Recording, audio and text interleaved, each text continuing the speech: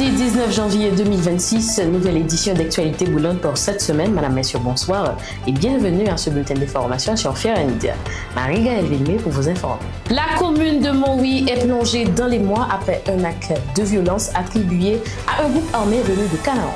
Selon des informations locales, ces individus imposent un climat de terreur marqué par des exactions graves contre la population. Parmi les victimes figure Rollins Desbretons, 17 ans, élève en classe de LS3 au lycée national de Montrouge. Le jeudi 15 janvier 2026, le jeune lycéen a été enlevé à son domicile par des hommes armés et tué dans des circonstances particulièrement brutales, provoquant une vive indignation au sein de la communauté. Le maire de Montrouge, Blaise Élysée, a fermement condamné cet acte qu'il qualifie d'odieux et révélateur de l'escalade de la criminalité dans la commune. Selon certaines sources, les assaillants auraient justifié leurs actes par l'origine supposée de la victime, liée à une zone où des groupes d'autodéfense s'opposeraient à leur présence. Les forces de l'ordre ont mené ce samedi dernier une opération ciblée appuyée par des drones dans la zone de Village de Dieu, permettant la récupération de camions de fer volés. L'intervention s'inscrit dans une série d'actions visant à sécuriser les zones périphériques du quartier. Selon des sources sécuritaires, l'opération a débuté par un nettoyage de la zone Tiffany afin de faciliter l'avancée des unités vers l'entrée de Village de Dieu. Elle fait suite au vol survenu 2 jours plus tôt d'un camion tombé en panne, puis emmené de force par des individus armés à l'intérieur du quartier. Au moment où la cargaison était en cours de déchargement, les forces de l'ordre sont intervenues à l'aide de 2 drones mettant à fin l'opération des assaillants.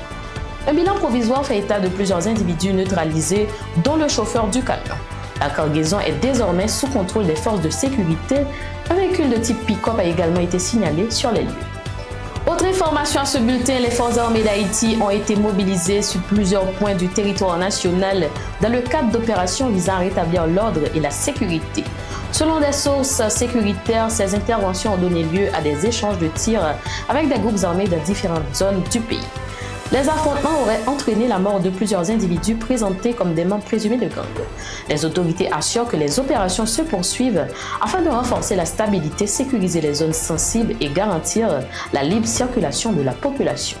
Le Conseil présidentiel de transition a lancé hier dimanche 18 janvier 2026 un dialogue politique national destiné à dégager un consensus sur un mécanisme de gouvernance après la fin de son mandat prévu le 7 février 2026.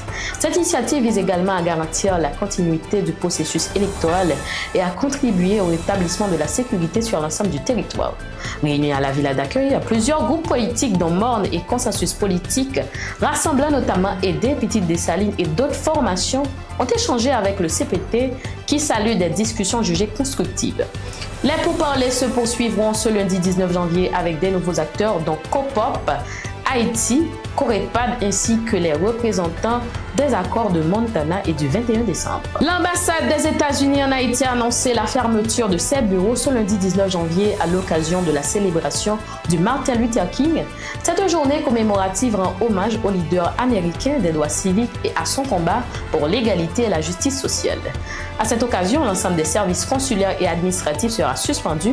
Toutefois, les services d'urgence destinés aux citoyens américains resteront opérationnels pour la prise en charge des situations critiques. L'ambassade précise que ces activités reprendront normalement le mardi 20 janvier et invite le public à consulter ses plateformes officielles pour toute information complémentaire relative aux services consulaires. Fin de ce bulletin, mesdames, messieurs, merci d'avoir été des nôtres. On se donne rendez-vous demain pour un nouveau bulletin titre par titre et restez branchés pour une autre édition d'actualité boulante sur Fiera Media.